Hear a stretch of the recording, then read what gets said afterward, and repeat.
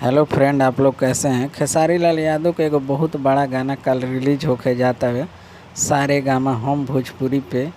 सारे गामा हम भोजपुरी पे खेसारी लाल गाना ये खुद रिलीज करी हैं, खुद से रिलीज करी हैं।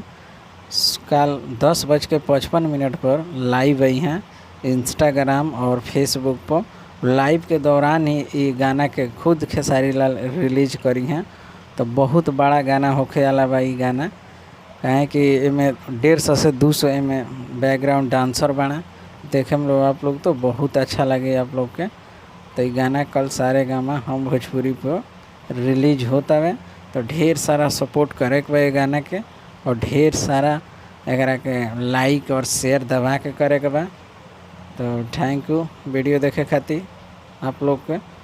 और चलें चैनल के सब्सक्राइब कर दी, ऐसे ही बड़ा बड़ा खबर सुने खातिर आप लोग चैनल के सब्सक्राइब करी।